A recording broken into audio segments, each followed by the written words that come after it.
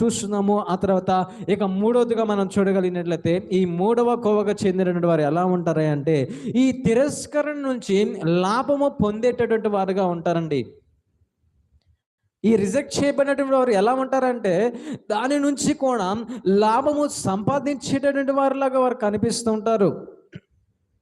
దేవుడు అదే మనకి తెలియజేసే సమయంలో మనం ఎలా ఉండాలి, తిరస్కరించబడినప్పుడు, రిజెక్ట్ చేయబడినప్పుడు సమాజానికి నువ్వు అవసరం లేదు, నీ బంధువులకు నువ్వు అవసరం లేదు, నీ బంధువులు నిన్ను రిజెక్ట్ చేశాడు, నీ యొక్క స్నేహితులు నిన్ను త్రోసివేశారు పనికిరాని వాడిని, నీ యొక్క సమాజంలో ఉన్నటువంటి వారు కూడా నువ్వు దేనికి పనికిరాని వాడు, దేనికి పనికిరాని దానివని అందరూ నిన్ను దూరంగా పెట్టేశారు.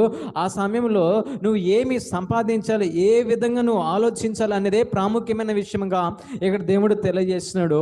కొంతమంది రిజెక్ట్ చేయబడినప్పుడు ఏం చేస్తారంటే ప్రతీకారం తీర్చుకోవాలని ఆలోచన చేస్తారు. ఇంకొంతమంది ఏం చేస్తారంటే